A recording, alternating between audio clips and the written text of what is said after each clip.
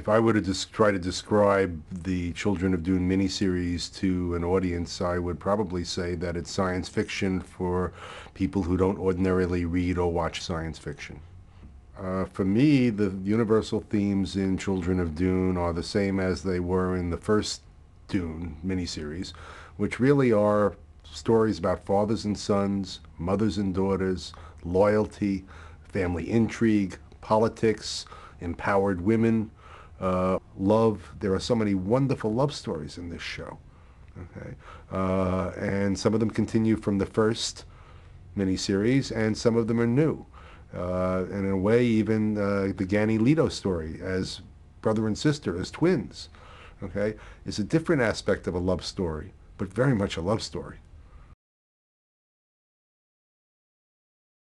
Well, I think that the women in Dune, in Children of Dune, are unusual for science fiction because they are well-drawn, well-fleshed out characters. And they are not of the Femme Nikita mold, which I view as women in men's roles. I think these are women playing women, and they're empowered because of their capacity for motherhood in particular. And they use that to gain political clout. And that, I think, is very unusual for the genre. And maybe it's a little bit even unusual in general, that Frank Herbert was so, I say, good at drawing female characters with depth.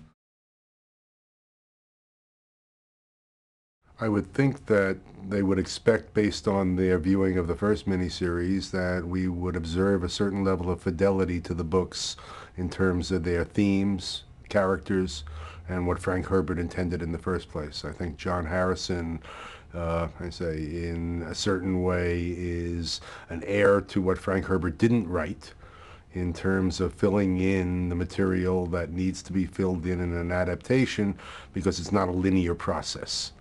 John was able to get inside Frank Herbert's head and translate what he did in print into another medium.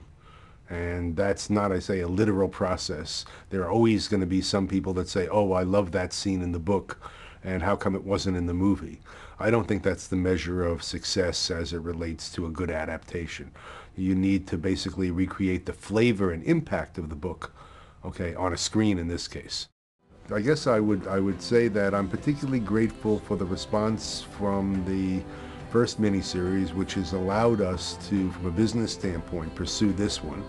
And that response came from fans of the Herbert books that are particularly picky.